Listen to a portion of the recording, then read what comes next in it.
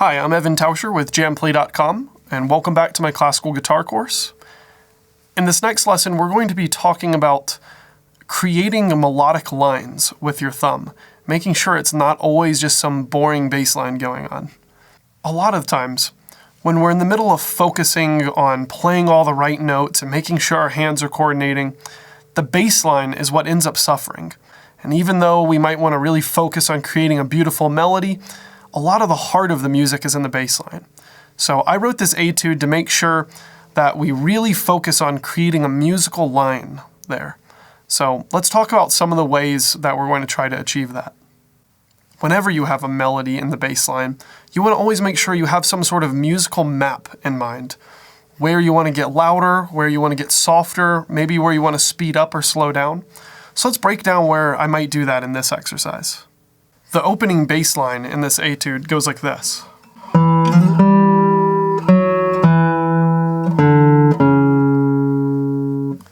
But see, if we play it really flat like that, it has no character to it. So let's make this melodic map.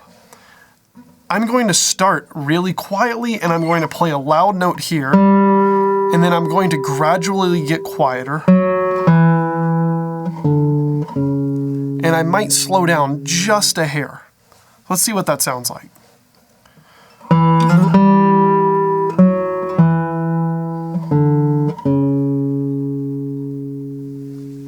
Now, I'm going to add a little bit of vibrato on that first note in the melody, and maybe a couple of other places.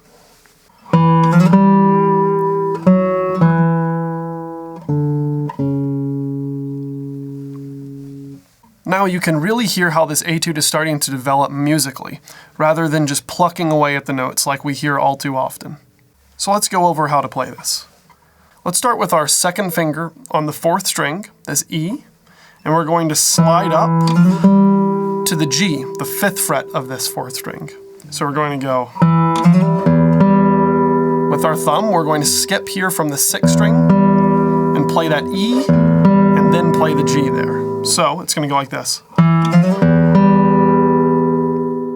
So after we start with that slide and that open E to the G here, we're going to play C sharp with our third finger, which is the sixth fret of the G string. And then we're going to combine that with open B and open E here. We're going to play that with our I, M, and A fingers. So far we have. We're going to play this F sharp with our first finger. That's the fourth fret of the fourth string. Then with our fourth finger, we're going to play this E on the seventh fret of the fifth string.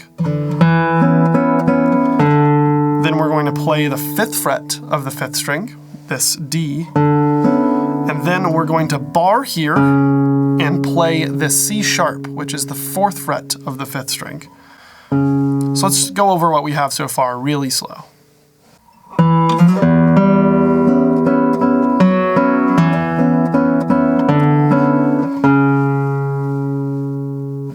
So right after we put down that bar, we're going to keep our third finger on that C sharp, which is the sixth fret of the G string, and we're going to go ahead and put our fourth finger down on the B, which is the seventh fret of the first string. We're going to go like this. Then we're going to lift up our fourth finger and place our second finger on this A, the fifth fret of the first string. And then we're going to play the barred note here, which is a G sharp, the fourth fret of the first string, and simultaneously we're going to set down our fourth finger on the seventh fret on the second string. So it's going to make this chord. So that little part goes like this. Once again, slowly.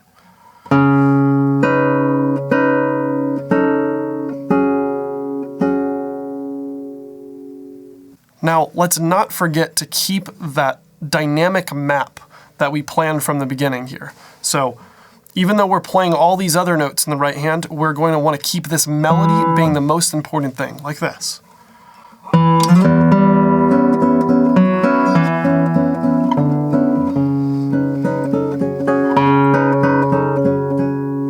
Notice how I'm playing these chords really quietly and letting this ring as the most important note. Then from this point, right after these chords,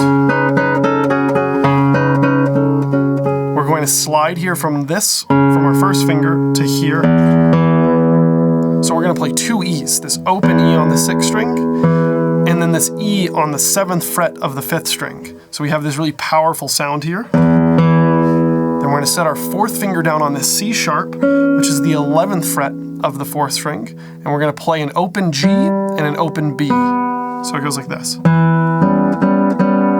our 3rd finger on the 10th fret of the 6th string, and then our 2nd finger on the 9th fret of the 6th string, and then our 1st finger on the 7th fret of the 6th string. So let's just go over that really slow. We're going to come from these chords.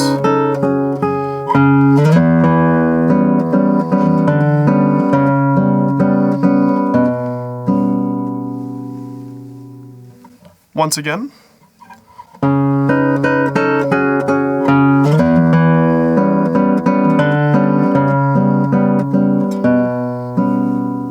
And from here, we're going to slide down to the 3rd fret of the 6th string, and we're going to set our 4th finger on the C sharp, which is the 6th fret of the 3rd string, here. So we're going to slide down from this position to here, and we're going to play an open D, this C sharp, and then an open B. So it's, and then our 3rd finger, we're going to play this A, and then open E. We're going to set our 2nd finger down on this C sharp, and then an open G and an open E.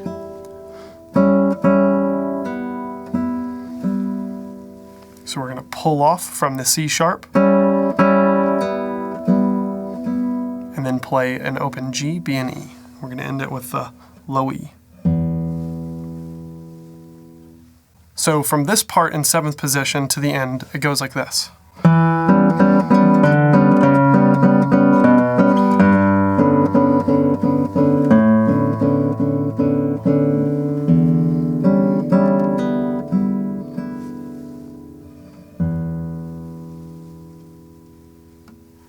Once again from this last section, but much slower.